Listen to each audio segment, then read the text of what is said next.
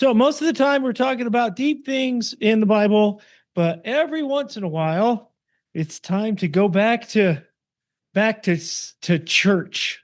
That churchy kind of sermon. I'm focusing on some of our commanded behaviors in the New Testament, some of them, and and this is just like a things that we probably take for granted, but sometimes they got to be said. And these are some kind of old-fashioned ideals that are sometimes hard to live up to. So remember, you have to start where you were called. And sometimes people live in the world for many, many, many years, and then they learn the truth, and then they live the rest of their life with a bunch of regrets. Like, I can't believe I did that. I can't believe I did that. Well, we're not supposed to think that way, even though it's impossible not to. Okay. Okay. Even though it's impossible not to. Our faith is centered on the forgiveness we receive through Yeshua's death and resurrection. And so you have to have a starting point. In Acts 2, the starting point for all those people in Acts 2 was we just killed an innocent guy. They probably felt bad about that for the rest of their lives, even though the innocent guy was the Son of God and came back to life, right? They probably were like, I can't believe I did that, right? And so there's a lot of things in your life that are going to be, I can't believe I did that. Learn, move on. Learn, move on. And once we realize the gravity of our mistakes, the tinge of guilt never really goes away. Okay? Never really does. But we got to work and look towards tomorrow.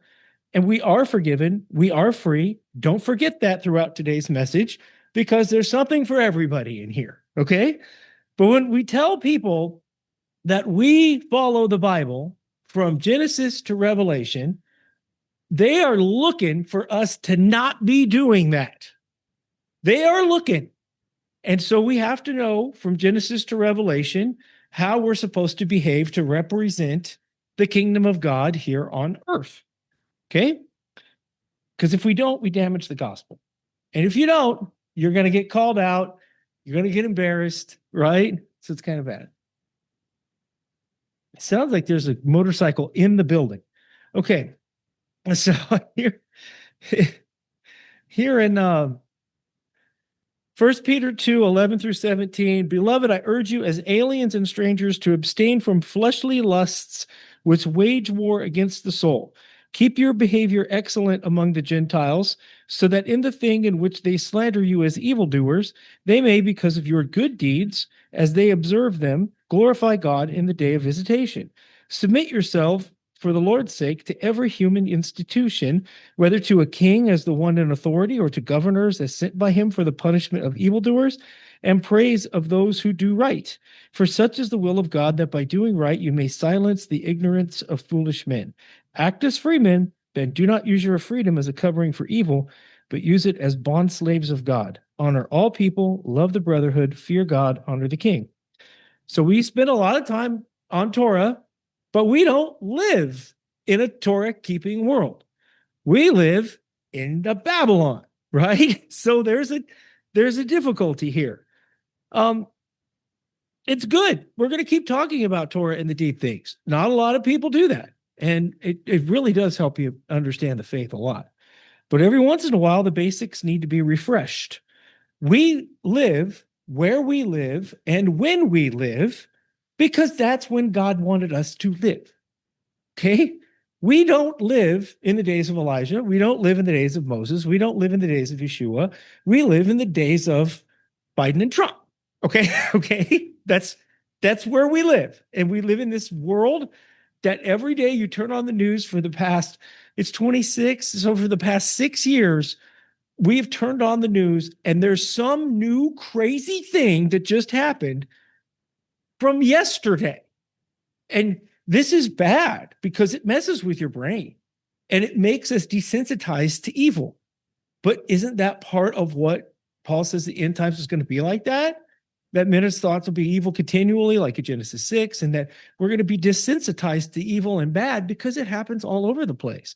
I remember years ago, there was, when YouTube was the only video streaming thing out and it was new, that there was some guy who got ran over in the street in Connecticut, and the cars were driving around his body because they were inconvenienced and people were just walking by. Nobody went and helped this person.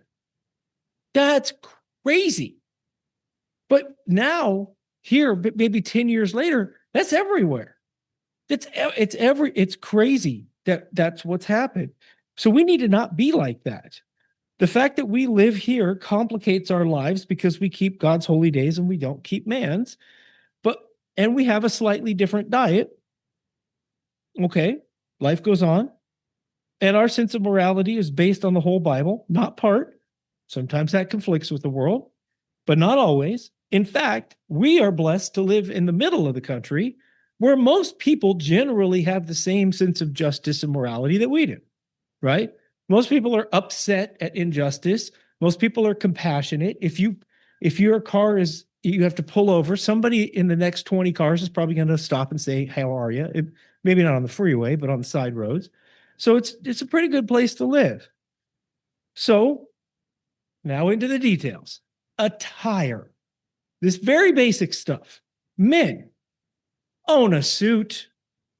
Own one, right? A suit. Actual tailored something that fits you. Navy blue or charcoal gray. Own a couple of dress shirts that fit you or tie or two. Conservative attire. These things are not nearly as expensive as you think. The Carhartt and Ariat stuff you're wearing costs more. Okay? These are not expensive clothes. You can spend a lot of money on it, or you can go to the sales, you can go to the rack at Kohl's. If you're not, I have a 35-inch sleeve and a 19-inch neck. That means I'm paying a lot. If you are smaller than that, you are not. Okay. Okay. It's very frustrating. Just add $50 to everything that normal size people wear. If you're just, and I'm not that tall at all, right? I'm just a little on the big guy side, and it gets a little expensive. But if you're my size, you're already paying 40 or $50 for cargos, right? You're already doing that. Dress pants are cheaper. Okay. Dress slacks, more reasonable, because weddings, funerals, and job interviews exist. Okay. They do. And some point in life, you're going to have to be presentable. And that's just the way it is. We have Passover coming up. We should all be dressed for that. We should be dressing well for high Sabbaths in general. Week to week, loosey-goosey around here. Come as you are, okay? We don't want to prohibit people coming week to week, but look forward and prepare for the higher Sabbaths. And you should also want to dress nice because your lady's going to like it. You should do something to make your wife or your girlfriend happy. Get dressed up, have a nice night out, and feel good about yourselves and enjoy life. Okay? They might like a classy night out, and they might want to dress up. Ladies, you have a harder time with attire than guys. The same suit we wear to a funeral goes to a wedding, nobody cares. You don't have it like that. Okay? You ladies have to wear, you guys have different outfits and whatever for different occasions. I have no idea, right? But that's just the way it is. But enjoy it. Okay? Enjoy it and do it. But when you go to a wedding, a funeral, a Passover, any such classy thing like that, no leggings, no middle of your body showing. Okay? Cover it up. Okay? No, leggings. It's actually here. Leggings, underdresses all day long, right? Put on dress, put on a skirt, right? Great. Leggings are not meant to be worn in public. This is gymnastics attire, maybe gym attire.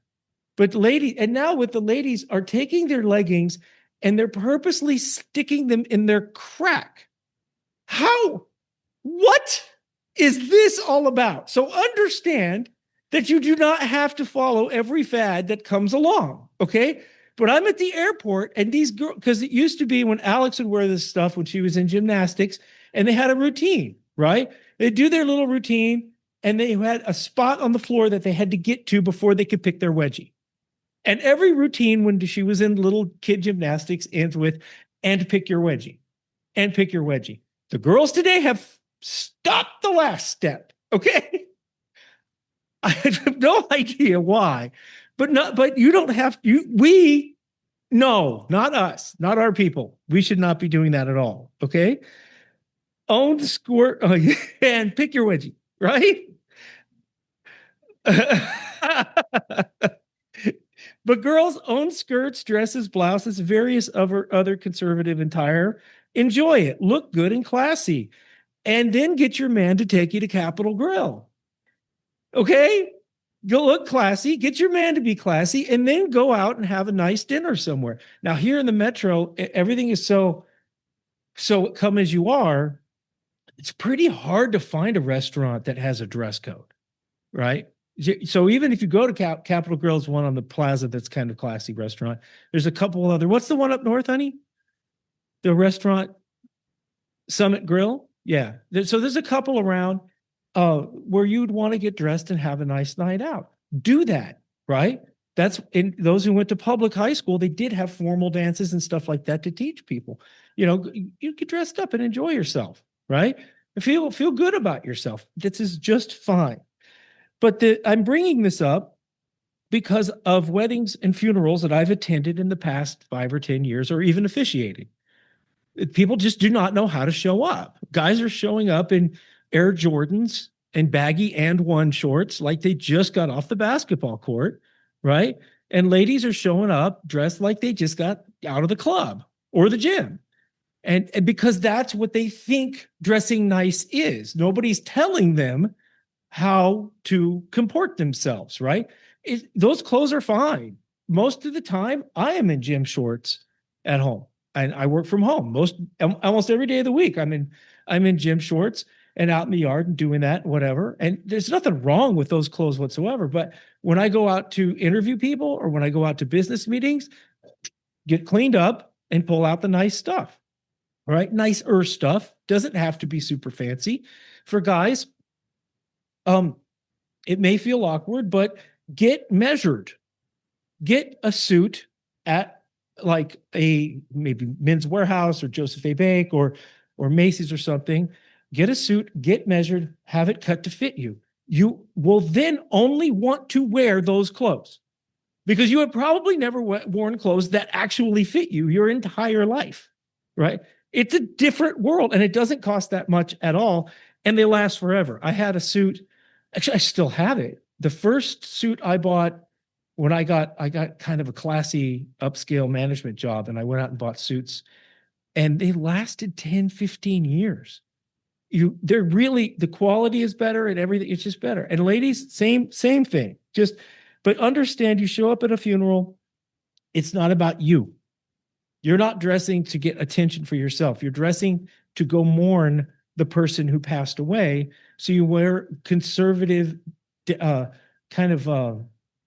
conservative apparel so that you blend in and shows that you are mourning. If you go to a wedding, you are not dressing to get any attention whatsoever. All the attention at a wedding should be on the bride and the groom. So when you go to a wedding, you want to first avoid the colors of the wedding if you're not in the wedding. Okay, this is etiquette class today. If you go to a wedding and they're using mint green and white for everything, you do not want to wear those colors, right? Because then you're kind of messing with their vibe. You want to wear something different. Guys, for real, we have it the best. Navy blue jacket, navy blue, every single thing you can wear it to. The girls, they have it rough. But at any rate, our attire reflects how we respect ourselves, God, and our neighbor. We need to be examples here. This doesn't mean you don't dress casual most of the time. We do. That's our society. But learn and be prepared to dress appropriately for occasions. There's another exception is Western wear. There is a classy Western wear is not exactly the same as classy, secular wear. That's cool too. I have bolo ties at home, right? And sometimes Western wear has a different cut to the jacket or whatever. It's just fine. But as professed Christians and believers in Yeshua, we need to lead on these types of behaviors so that we kind of set an example.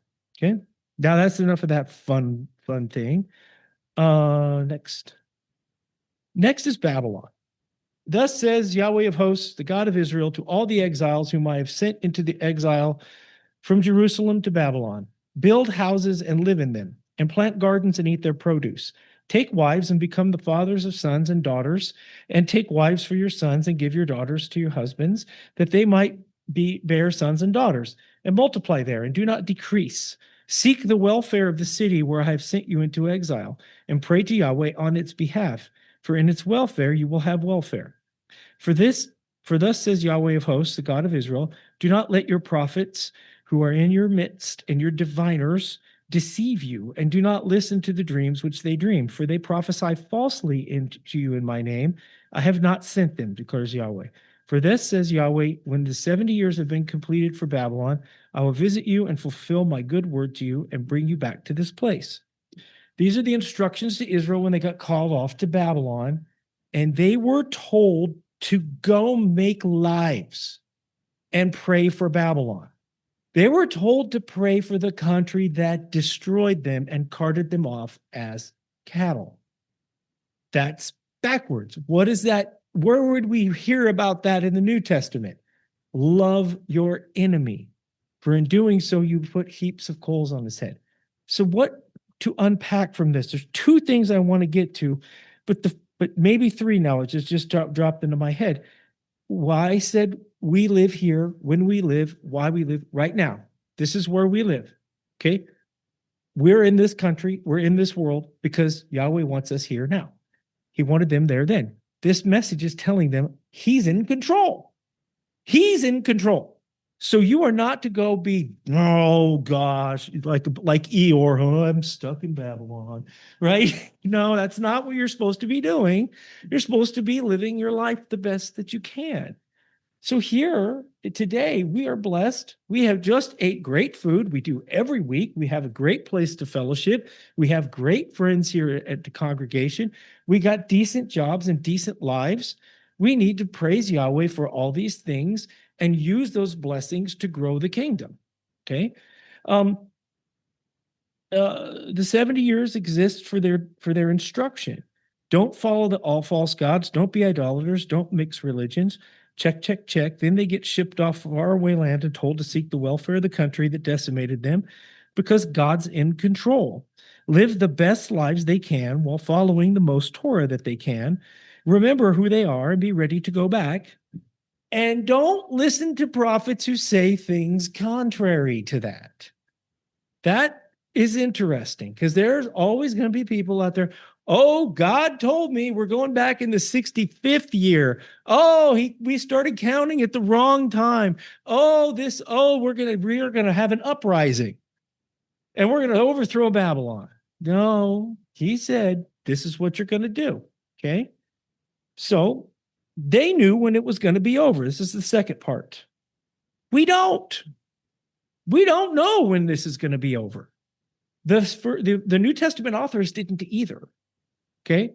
So Christianity for the past 200 years has been focused on prophecy like a cat on a laser beam, and nothing else. Okay. Right? Oh, he's back tomorrow. Oh, he's back today. Oh, he's back. No, stop it already. That's not what we're told to do. That's not the Great Commission. That's not what the New Testament believers. Yeah, prophecy's there. You know what? We have another war in the Middle East. Guess what happened in 91? Oh, that's right. We went to war with Babylon, and that was the end of the world, wasn't it? Oh, wait, it didn't. Oh, what happened when we went to war with Iraq the second time? That was the end of the world, wasn't it? No, it wasn't the end of the world, right? World War II, that looked like the end of the world, okay? World War II was a real world war, and that wasn't the end of the world. World War I was the Civil War. Every one of these things, people trying to declare the end from the beginning and blah, blah, blah, blah, right? Okay, I'm mocking, right? I am tuned into it. I am watching these wars break out, but I'm also living my life as if the Messiah comes back today, I'm good. If he comes back tomorrow, I'm good, right? We're told, I'm borrowing from Jeremiah, but build houses and live in them. Raise children. Enjoy life. Enjoy it while you have it. Enjoy the good while it's here. It may not be that good tomorrow, right? I'm not saying that the other wars weren't bad. I'm not saying that there weren't huge economic disadvantages and dust bowls and famines and the like. Those things existed, those hardships existed. We don't have that yet. Most of us, some people have individual circumstances which are difficult, and we need to work together to work through that. But live your life. Okay. I've personally helped elderly family and friends move out of their houses who were obviously living like tomorrow was the end of the world for decades. For decades, pulling out canned food, ammunition, all of this stuff that they had stockpiled for a day that didn't come. Now, that's not a bad way to live, right? The way the economy is today, the way that things could vaporize off the shelf like toilet paper in the COVID days, right? We do have an abundance of stuff at our house because that could happen, right? But these folks were living like they could outrun the wrath to come. Okay. You can't, right? Just like running from the Marines, you're just going to die tired. Okay. You're not going to outrun the wrath to come. If there's wrath in your future, there's wrath in your future. If there's not, there's not. But yeah, we want to have a stockpile of water and flour and rice and frozen goods and frozen things like that. We obviously want to do that. We were talking about that at lunch today, how we're emptying out our freezers lately to try to save some money as things go up. That's a good thing to be. But the reason I point this out is because these folks were, I mean, you could see the magazines that you're pulling out, the periodicals. This was a problem, right? That was the focus. And I think it's interesting to focus on the end times. And I think these wars and various wars and these earthquakes are noteworthy. But I'm also rooting for my kids to have lives and jobs and careers. I now have a grandson. You guys aren't seeing him today because he's not here. He, the little kid that comes up here and wants to be held while I'm talking, right? He's, I want to watch them grow. I don't want them to have bad stuff.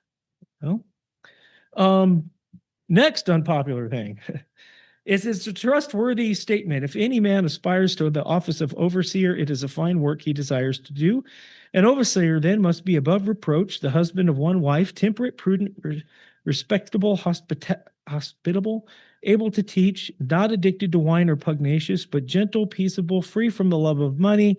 He must be one who manages his own household well, keeping his children under control with all dignity. But if a man does not know how to manage his own household, how will he take care of the church of God? And not a new convert, so that he will not become conceited and fall into the condemnation incurred by the devil. And he must have a good reputation with those outside the church, so that he will not fall into reproach and be a snare of the devil. Spiritual leaders have to fit this. I didn't write it. We're called first century Christianity. That's first century Christianity. That's what we're going to do. Okay. When the other churches disregarded this and made women pastors, what happened 5 minutes later? They were ordaining gay people. Okay. When they removed the gender from the roles, what do we have now? Christianity today is a joke. It's a feel-good session, right? And they're only telling you things you want to hear. Here's me preaching to an empty room, not doing that, right? Right.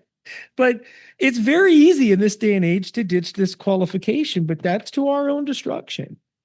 If we're to be lights to the world, if you say, and I don't understand how the Sunday Christians got to this, because Paul is their Moses, and Paul sets all the rules for them. They don't even listen to this. What do you do? Right? Because what I'm saying that we should not be today is what they are. It's very hard for me to take them seriously. Right? At some point, it just becomes a club that gets together in a building. Right? If they're not going to listen to the actual words of the guy that they elevated, well, then who are you listening to? What are you doing? Right? But this is an important thing to do. It's important and it makes sense. It's not even like a mystery. It's not even like you said, don't, it's not like it's a made up thing. Obviously, if a guy wants to be an overseer and he doesn't fit this bill, then you have to go, okay, get that fixed, right? It's not permanent disqualification, right?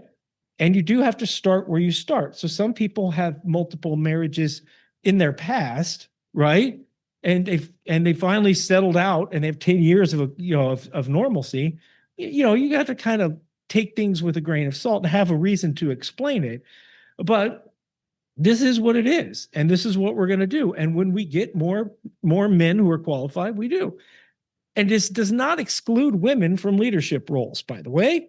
Our treasurer is a female, and my wife is one of the directors, right? There's no reason that females can't do all kinds of stuff in the church, right? This is very, very specific, and it is not misogyny. It's just setting up roles, okay? So don't, Angela's leading dances and people are suggesting songs, and we're not that big yet, but it's not like ladies can't be part of the board of directors or any of these types of things. And as far as teaching, ladies do most of the teaching anyway until they turn 18, right? So having opinions and talking and learning from each other is great, and we have open microphones. So I'm not saying that we're going to be like the Mennonites or something like that, but we have to keep this stuff in our brains, and we have to follow it as literally as we possibly can, and we'll probably get blessed for it sooner or later, right? Now this is Second Thessalonians 3:6-13. Now we command you, brethren, in the name of our Lord Jesus Christ, I didn't fix that slide, Lord Yeshua HaMashiach, that you keep away from every brother who leads an unruly life and not according to the tradition which you receive from us. For you yourselves know how you ought to follow our example, because we did not act in an undisciplined manner among you, nor did we eat anyone's bread without paying for it, but with labor and hardship we kept working night and day so that we would not be a burden to any of you, not because we do not have the right to this, but in order to offer ourselves as a model for you so that you would follow our example. For even when we were with you, we used to give you this order: if anyone is not willing to work, then he is not to eat either. For we hear that some among you are leading an undisciplined life, doing no work at all, but acting like busybodies. Now such persons we command and exhort in the Lord Yeshua HaMashiach to work in quiet fashion, eat their own bread. But as for you, brethren, do not grow weary of doing good. This is idleness. Idleness today is off the chart. You can easily get caught on a YouTube or on social media and blow a day or a month. Today, this country is so slothful that we can do nothing for extended periods of time. And in fact, people make a living creating content for the social media of them recreating. Recreation can actually give you a living now. This is bad, okay? Didn't used to be like this. The country used to be very focused on this scripture.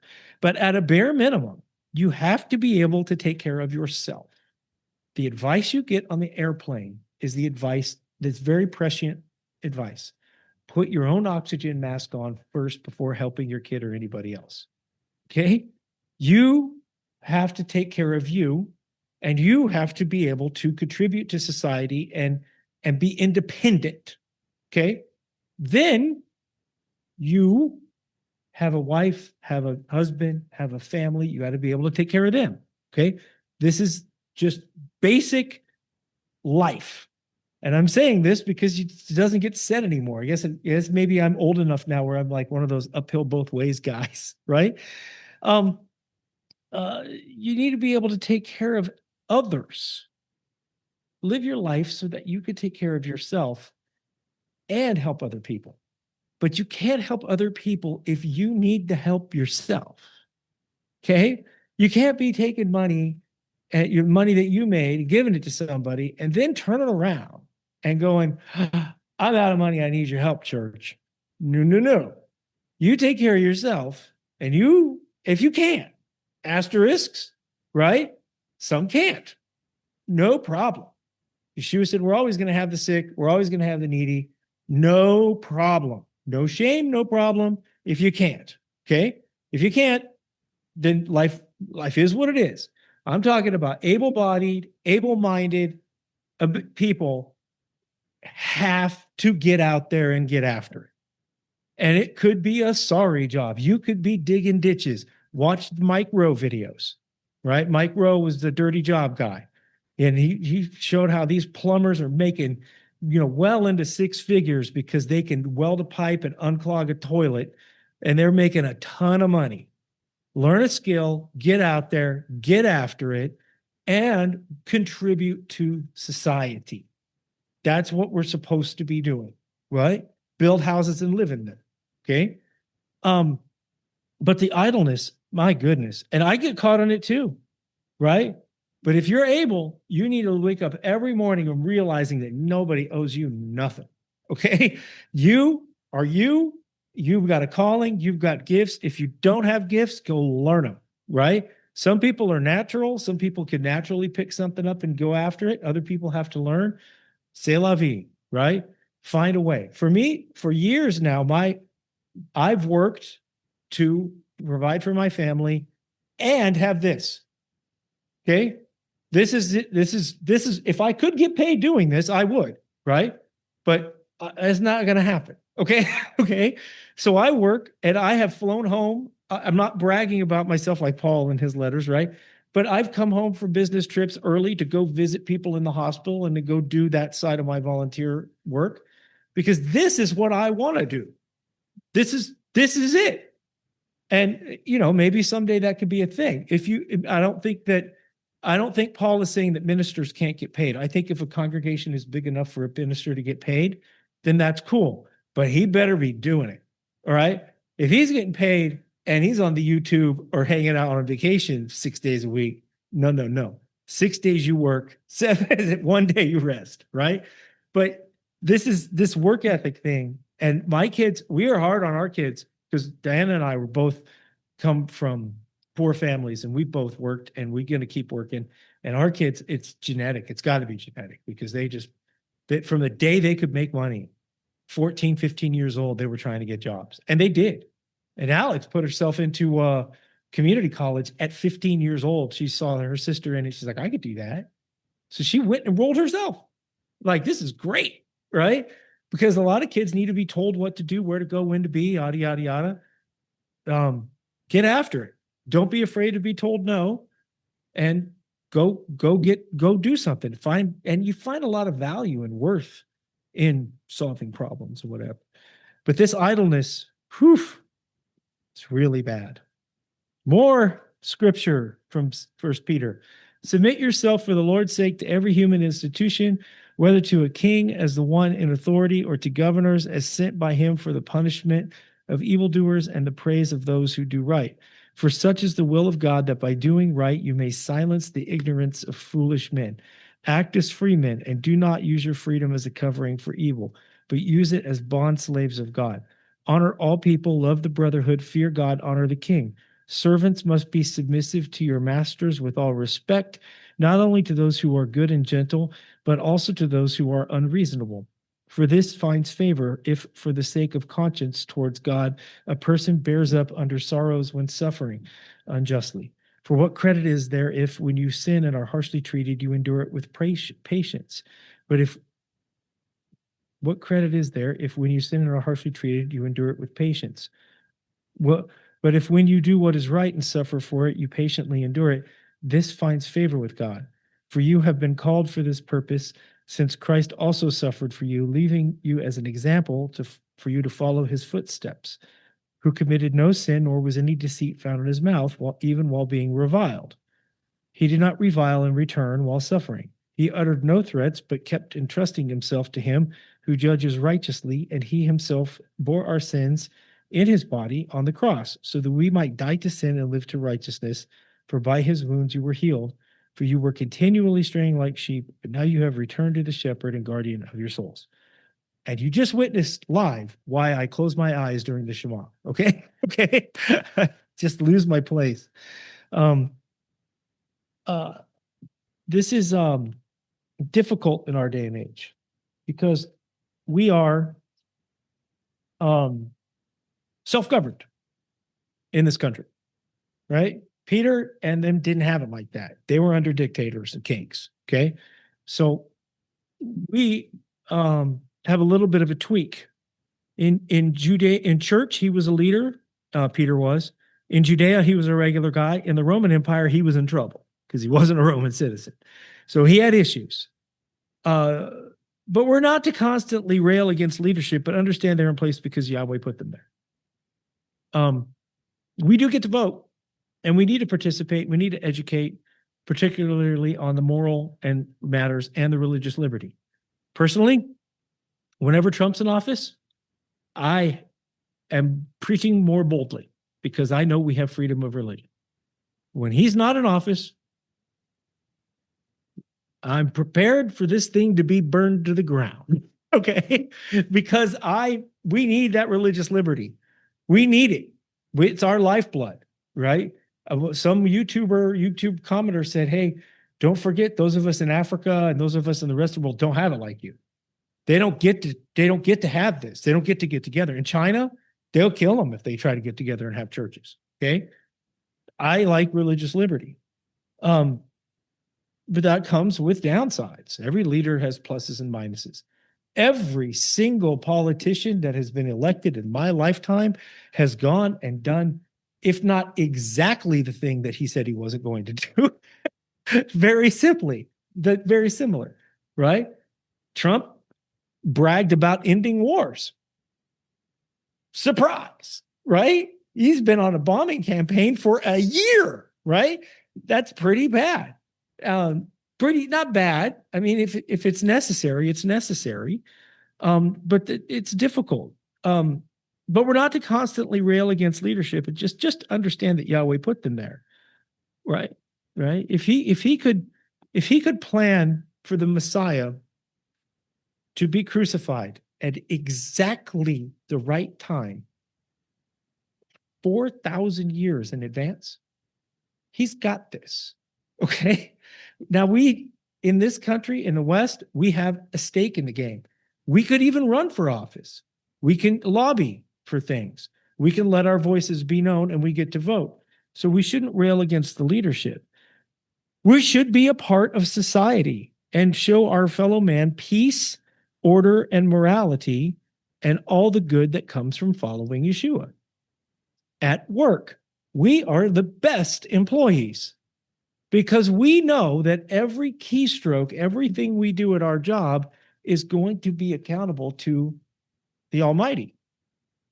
We know we live our lives in understanding that there's a higher power and he has a son who see and know absolutely everything and will bring all things into judgment at some point in time. We're great employees because we have the highest ethics and the highest morals, and you can trust us with somebody else's money because we're going to take care of their money 10 times better than we take care of our own. With our own, we're giving it away. Hey, are you hungry? Right? We're looking for people to help. We need to be those people so that other people look at us and go, why are you like that? Why does everybody who reports to you at work never quit and never want to move under any other manager? Right? Because I treat them like Joseph treated Pharaoh's goods, right? Because we're biblical people who fear God and love him, and we follow his Bible, and we do the right thing when nobody's looking, because somebody's always looking, right? So this is a good thing for us to do. Next, do not neglect to show hospitality to strangers, for by this some have entertained angels without knowing it. Remember the prisoners as though in prison with them, and those who are ill-treated, since you yourselves also are in the body. Marriage is to be held in honor among all, and the marriage bed is to be undefiled, for fornicators and adulterers God will judge. So this actually covers a ton, right? This is a very succinct scripture that could be unpacked into several. And the first is the hospitality. We live that every single week here.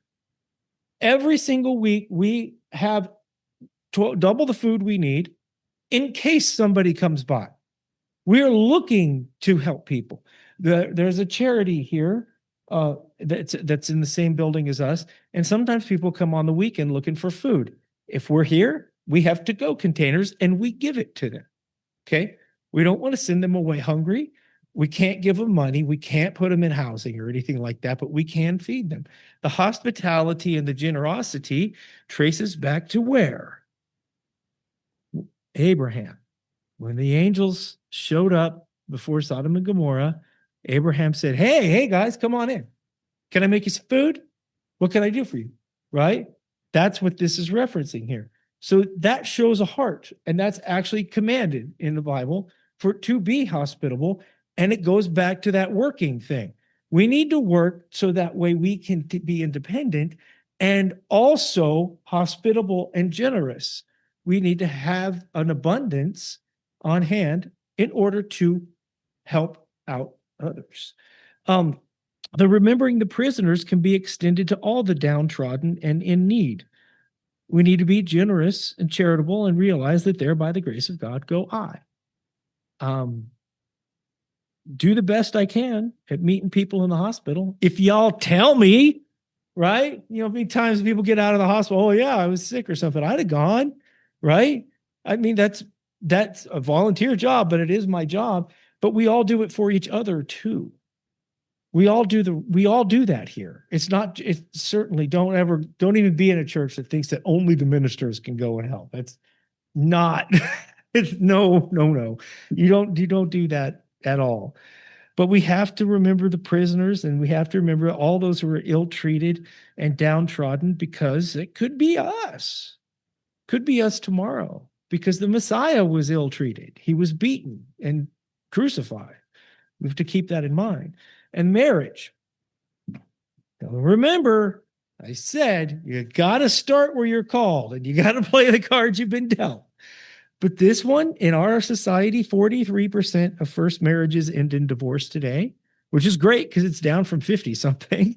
And 60% of second marriages end in divorce. That's a shame. And I think the reason that the 43% on the first is down from 50 is because the generation behind mine just stopped getting married. Just forget it. We'll just live together forever, right? I'm going to caution you against that big time, okay? Big time. We've had people come into our world who, in this Torah world, they're like, I don't need man's authority. I want you to hear this message today is for them, okay? You live here and you're under this authority. You don't get to choose that, okay? And a lot of people in this walk don't want to get really married, or they just have it blessed by the minister or whatever. They don't do the paperwork. And one guy, friend of mine from St. Joseph, had a long-term live-in relationship with a lady who was the breadwinner, and they were in their 40s, and she died unexpectedly. His family, her family, was the rightful next of kin, and they hated him. He's gone, done, out. The house that he helped paid for, all the things that he helped, he was homeless, gone, because he never got married. And the yeah, but didn't count. We lived together for 7 years. You never got married, didn't count, buddy. Didn't get married, didn't have a will. Okay. We've seen that with other people coming in the congregation who's trying to be caregivers for their wife when they never really got married, and they won't even let them in the door because they have no legitimacy to it. I can marry people. Okay. Have I done that one yet? No. Yes, I have. I did marry my son and my daughter-in-law. Yeah.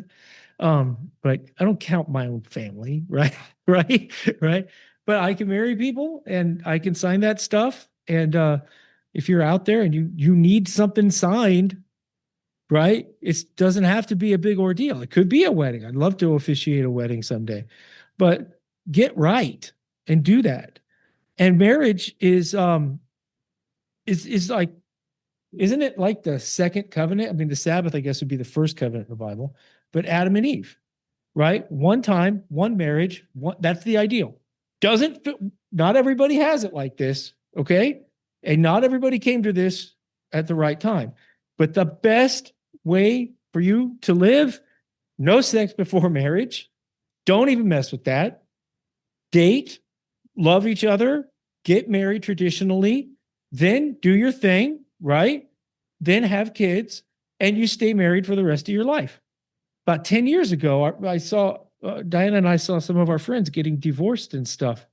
And we were sitting on the deck and realized we're just too lazy to do that.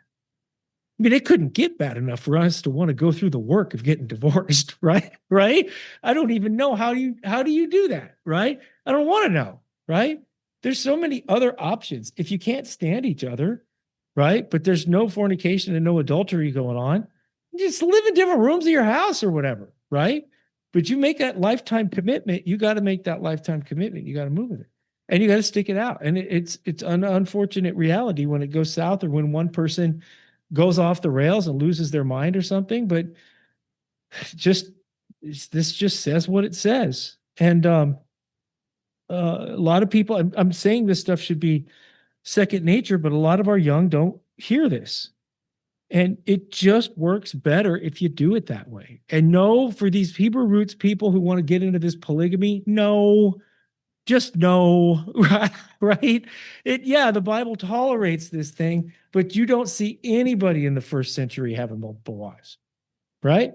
Not one. None of the apostles, none of these people. Paul wasn't married at all. He's kind of an asterisk, because Paul didn't.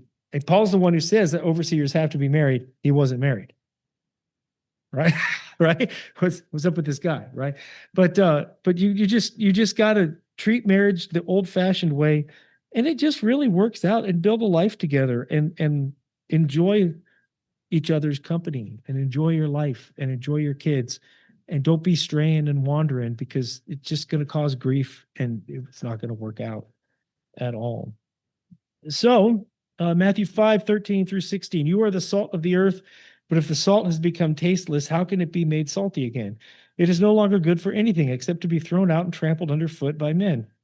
You are the light of the world. A city set on a hill cannot be hidden, nor does anyone light a lamp and put it under a basket, but on the lampstand, and it gives light to all who are in the house. Let your lights shine before men in such a way that they may see your good works and glorify your Father who is in heaven. This is a commandment, and salt means you are the contrast. You are the light versus the darkness. Salt is something that gives things flavor and makes it not bland, and so you have to be noticed. And we're not supposed to put our lamp under a basket. We're supposed to be living properly, doing what we're supposed to do, striving for the ideal, understanding that we are all fallen and we are all, not the best that we can possibly be. And we got to push through, knowing that our actions, our deeds testify of our faith and our Creator. We have a responsibility. We don't blend in to the mess of this world. We stand out. And this stems from us living according to the entire Bible, from Genesis to Revelation. And this is all I have to say today. I hope I have stirred up some comments. Anybody? I think I saw one online already. Oh, and I got to push this out to see people pop up. Having been a welfare worker, it also includes the children and applying for Social Security for deceased parent. Many times the something, this won't get out of the way. Wait, Tiffany showed me how to make this big before.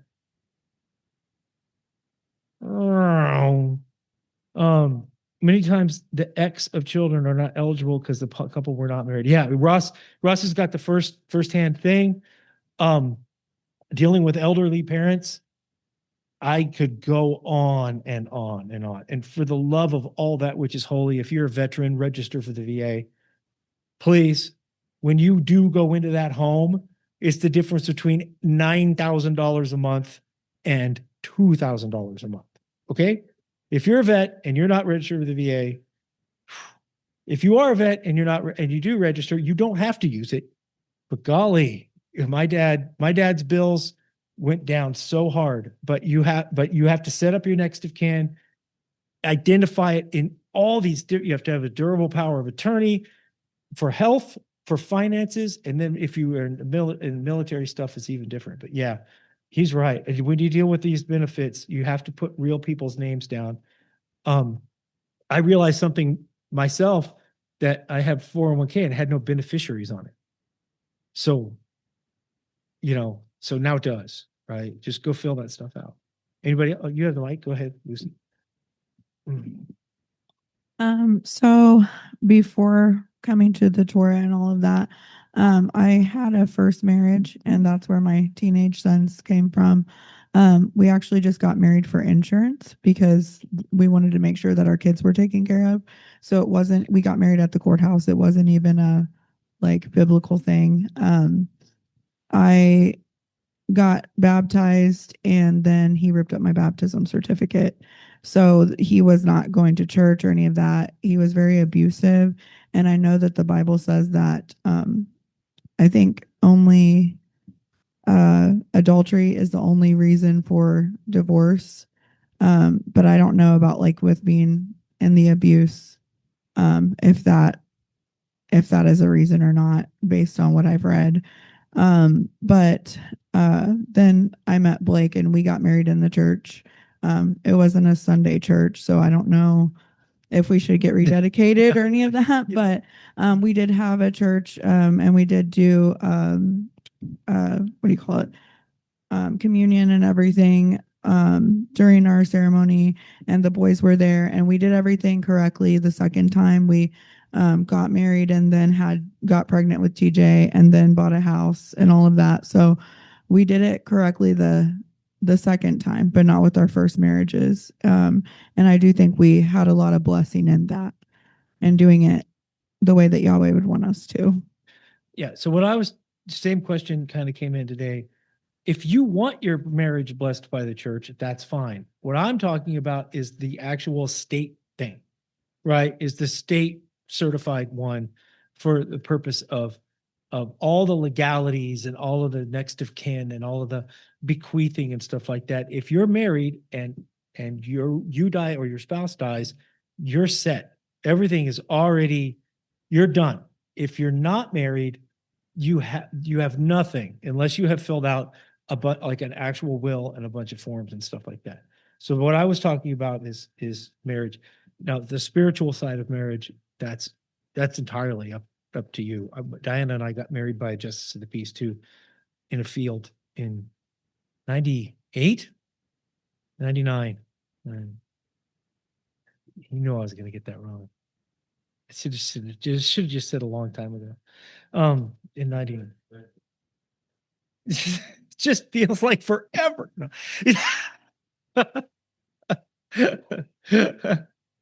Everett, what's up? Yeah, it's my understanding that marriage by a minister started, of course, with the Catholic Church because the people at the time, especially the rich people, felt that if the priest blessed their marriage, that would somehow give them a leg up on life. That typically that's not the way it was done in Israel, and for a long time anyway. That basically coming together and consummating a marriage and the sexual union creates a marriage. Yep. Is the way the Creator does it. And certainly in this society, as you pointed out, it really pays to have this done legally. But as far as God is concerned, it's the consummation, the husband and the wife coming together as one flesh that creates the marriage. We have a society that doesn't respect that very much nowadays, and that makes life difficult. But there's not necessarily anything in the scripture about having a minister join two people. I think Tiffany has something to say.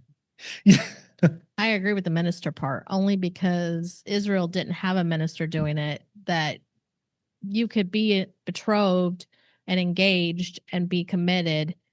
And they did have marriage certificates though, because they served the marriage certificate proving that there was going to be a divorce. So they gave them a certificate of divorce showing they were divorced so they could remarry. I've been studying marriage for since I've been in this walk, and divorce. And it's not that you can't divorce. There are reasons for divorce. And even though he hates divorce, quote unquote, Moses condoned it because of the behavior of the men. And adultery, yes, is one of them, but also abuse, neglect. You can separate as well and hope that they come to have a change of behavior, but divorce is not off the table. And there is reasons for divorce. There's reasons for separation. And then even if they're unbelievers, you can still stay married or separate and hope that they come to this way or whatever. But yeah, you don't need a minister to do it. However, as in this society, a contract or something showing financial stability would be wise, because you don't want to be left with nothing. So you can still do it that way. But yeah, so I mean, there's a lot of controversy over divorce, and a lot of Christians, it's like you can't get divorced or you're shunned type thing, when that's not true. No. So there's a lot. I mean, there's a lot around it that people don't understand with it. Yeah. I know the Bible doesn't say it, but a lady, if your husband is hitting you, you can go. Right. Right. I'll take the heat on that one. Okay. You can say Chris said it at the resurrection, right? Because that's just ridiculous. Take him for all he's got, because you don't have to be beaten, and you don't have to be a slave, and you don't have to be poor, right? It's just terrible. So, well, and Yahweh loves the woman as well. It's a protection for the women. So it's not like you can continue this bad marriage and stay in it because God hates divorce. That's not what that was for. That's misinterpreted. Yeah. Yeah. And the divorce decree in Deuteronomy 24, it's a one-way thing. It's the guy doing it to the gal. The gal doesn't even, it's really a flip-floppy thing. But when it goes out in the New Testament, which is what we're talking about now, and unequally yoked, we've been that group now for since we've been around. We've always had people in the congregation whose spouse is just not coming and is just not interested.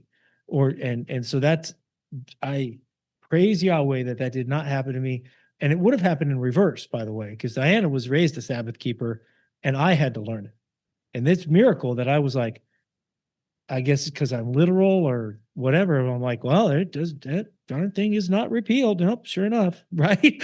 And what else? But then, and the next step is, what else am I wrong about? Right? What else am I wrong about? And then you get to this, right? So, Ross says, as a welfare worker, I meet women who were beaten by their husbands many times. They had to flee. Yeah, and if the lady doesn't have a job, and the guy does psychological, right? He's holding you prisoner. That ain't right either, right? So there's certain situations that maybe they didn't exist back then. That's why they're addressed or whatever. But the amount of evil in today's society is not good at all. But yeah, the psychological, and guys, we are stubborn animals, and our ladies are super patient to put up with this. But anyway, next, somebody else out there.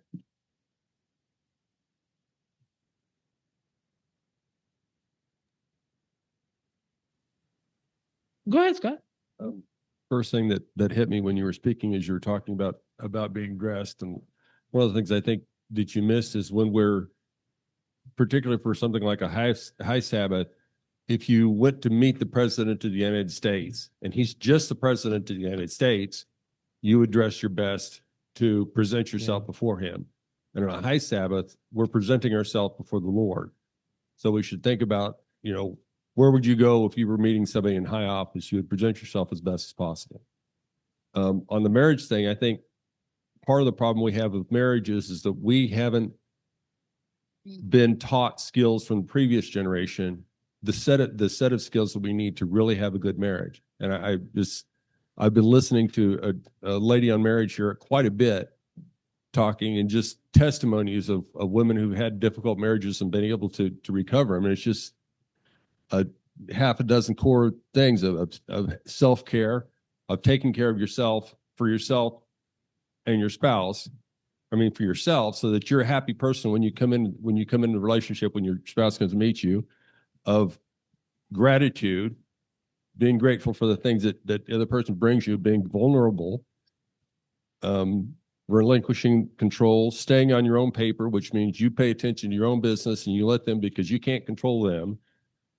Cleaning up your side of the street, which just means apologizing when you see that you've done something wrong, apologizing to the other person.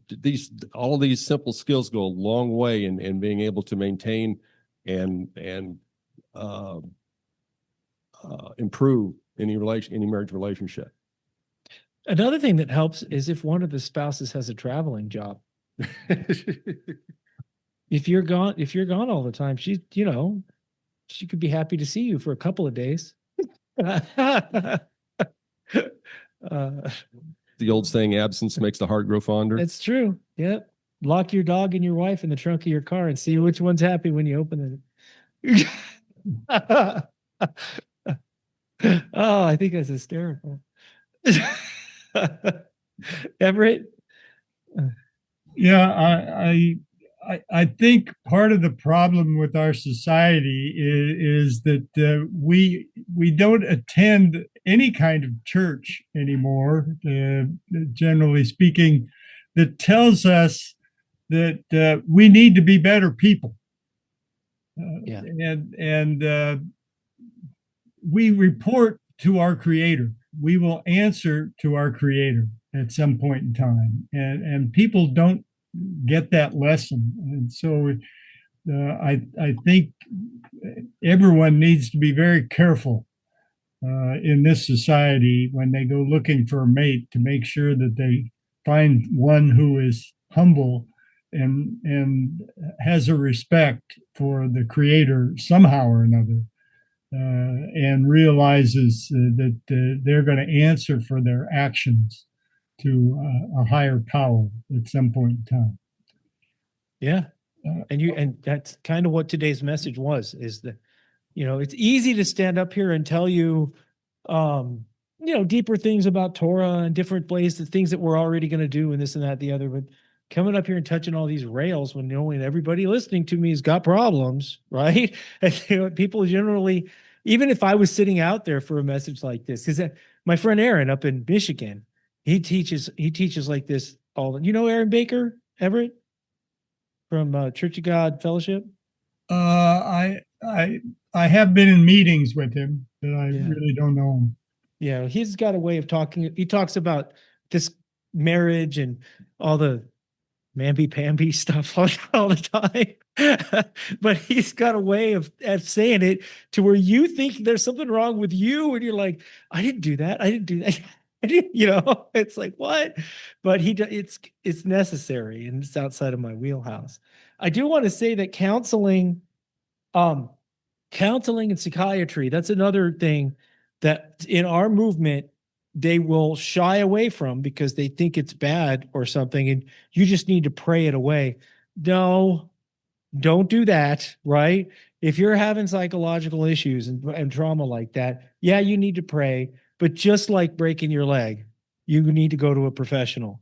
And be careful what the professionals tell you. There's different brands and different styles.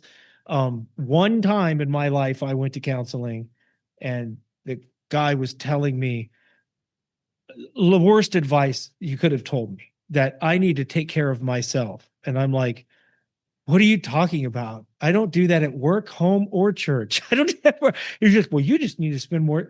He was telling me that in order to fix myself, I needed to be, narcissistic and selfish and stuff like that. And one time, and I was gone. I'm like, whatever's wrong with me, if that's the fix, I'll just take the wrong, right? Because that's just not me. I'm not going to do that. But the idea that you can't do it. Our old Church of God had a couple of guys who got brought real low, and they ended up having to take the meds. And then it was 5 years apart, and they both came out and gave sermons saying, they're glad they did it. That they did it, that the meds, one was a financial advisor, and I could tell you this publicly because they gave the sermons publicly, right? So this isn't me telling anything confidential. One was a financial advisor in the crisis of when Bush was leaving and Obama was coming in, that financial crisis, and he was in charge of all kinds of people's money, and he lost it, and he went into a funk, and he had to go seek counseling and take some antidepressant, whatever, and it helped him. And the other guy, I don't know what happened with the other guy, but same thing happened about 5 years later. I won't share their names because they shared it to the church, and it was posted on the internet, so it's not a big deal. So I only know about it because I listened to their sermons, right? But don't think that stuff's bad. That stuff helps you. If there's something wrong, and you can't shake it, then don't be afraid to go get some help. And if you need marriage counseling, try to find people who are Christian at least to do it. I mean, that you're going to have a better outcome than the secular ones, but and just to understand that if you go once and it does, and they're just awful, you can get different types that have different perspectives. But try to work everything out, try to sort things out, and and people can get into a funk, and there's age-related funk that comes on. And I'm talking for guys, not touching the gal one at all. But guys we get older and we lose our, I